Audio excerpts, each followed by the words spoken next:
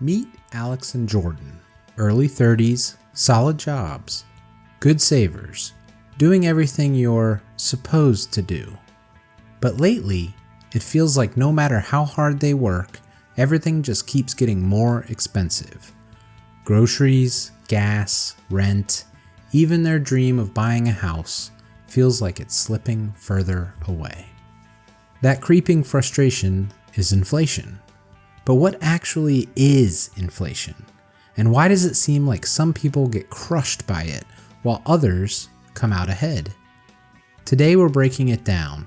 What causes inflation, how it affects people like Alex and Jordan, and maybe what we can do about it. Put simply, inflation means that prices are rising and the purchasing power of your money is falling. It's not about the price of one thing going up, like avocados. It's about everything getting more expensive over time. Like most economic debates, there's more than one theory to explain inflation, but let me break down the three you really need to know. The first is the monetarist view, and we'll start with the famous quote, "Inflation is always and everywhere a monetary phenomenon." To put that in plain English, if the money supply grows faster than the economy's ability to produce stuff, prices go up. Said another way, there is too much money chasing too few goods. The second category is demand pull and cost push inflation. This is your classic supply and demand story. Sometimes demand surges, think stimulus checks and revenge spending. Other times, supply gets squeezed, like oil shocks or supply chain meltdowns. Either way, prices rise. A third school of thought is called modern monetary theory, which says that governments that control their own currency can spend freely as long as they don't exceed real resource limits. Inflation only shows up when they do exceed those limits. It's an unconventional stance, but worth being aware of, and one we seem to quietly ascribe to. Inflation also lives in our heads. If everyone expects prices to rise by 2%, businesses and workers behave that way, setting wages and prices to match. That's why central banks say they target 2% inflation. But why is it 2%? Funny story, it's not from some grand economic law. It was actually New Zealand that picked it in 1989 as a reasonable, manageable target. The idea caught on globally, and it was more about psychology than science. We have to talk a little bit about gold here, and for centuries gold acted as the world's inflation anchor. Thanks to limited supply, with roughly 1.5 to 2% of new gold mined per year, its value held steady over time. That predictability kept inflation low, or at least in check. Now let's talk about how inflation naturally leads to winners and losers. Inflation doesn't hit everyone equally. In fact, it often widens the wealth gap. For asset owners, their stocks, real estate, and commodities often rise with inflation.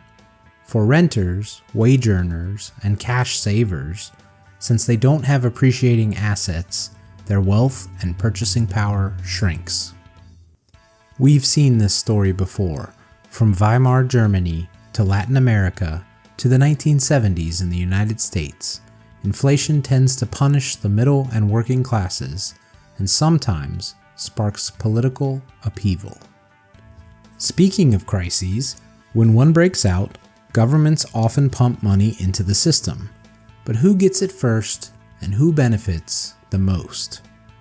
In 2008, banks were stabilized through TARP and quantitative easing. The stock market rebounded, but as for wage growth, it was stagnant for years. In response to the 2020 COVID pandemic, the Paycheck Protection Program and stimulus checks were sent and unemployment programs were enhanced. But asset prices, like stocks, housing, and crypto, skyrocketed. If you owned assets, you did well. If not, you likely fell behind. How about Alex and Jordan? They got the check, but the house they wanted, it was now even further out of reach. With inflation eating away at cash, astute savers like Alex and Jordan realize they can't get ahead by leaving money in a savings account. Two common options to them are either becoming a real estate investor or pouring their money into financial markets. Both options come with inherent risks and/or costs of paying someone else to advise them on building their wealth. In short, the system quietly pressures everyone to play an investment, not a savings game, just to keep up.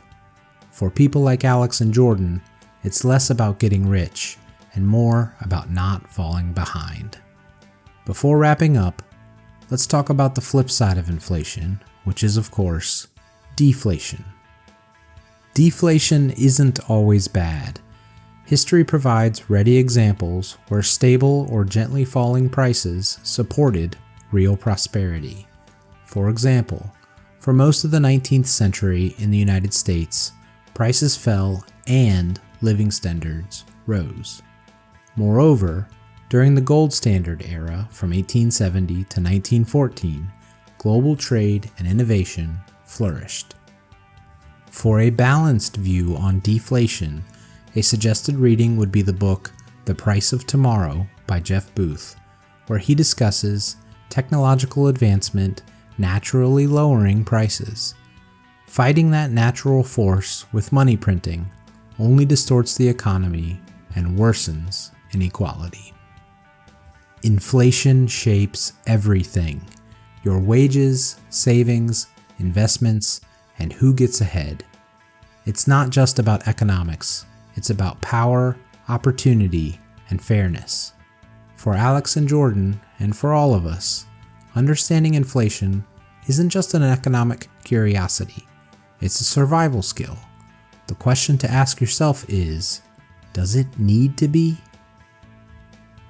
If this video helped make inflation a little less confusing, hit subscribe and stick around, because inflation is just one way that money shapes our lives.